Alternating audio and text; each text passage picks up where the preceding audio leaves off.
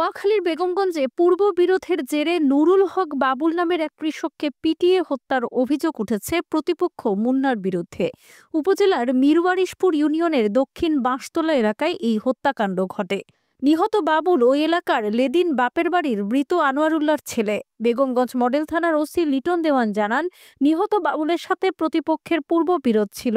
এর জের ধরে কথা কাটাকাটির এক পর্যায়ে বাবুলের উপর হামলা করে মুন্নার লোকজন। এতে ঘটনাস্থলেই বাবুলের মৃত্যু হয়। নিহতের মরদেহের ময়নাতদন্ত করা হয়েছে। কিন্তু মূলত জায়গার মালিক হলো আমরা, আর কিনা মালিক হলো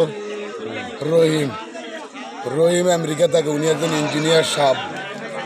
উনি এমএর ছোট বাইরে লাগাই দিচ্ছে গরিব দুঃখী মানুষের জায়গাগুলো দখল করবার লাগে। সে আসলে প্রকৃতি ইঞ্জিনিয়ার না, সে তার ছোট বাইরে লাগাই দিয়ে জায়গাগুলো দখল করতেছে। আমরাই আমাদের জায়গা নিয়ে বাধা দিছি। আর বহিরাগত ফলাফল সন্ত্রাসগুলো নিয়ে ভাঙা ঘরের ভিতরে রাখছে। ও ঘর থেকে বাইরে এসে আমার বাপেরও 4-5 জন ওইদিকে নিয়ে গেছে, আমারও ওইদিকে নিয়ে ছাটার লগে মিলা হলেছে। আসে জমিনে উপস্থিত ক্ষেত্রে আমার বাপ জায়গা মারা গেছে। হামলা হয়েছে মনু এবং কি যারা হামলা করছে রনি, রাব্বি, নজরুল, জাহাঙ্গীর। আমি এটা বিচার চাই, সুষ্ঠু একটা বিচার চাই। ডেস্ক রিপোর্ট, নিশান ডিজিটাল।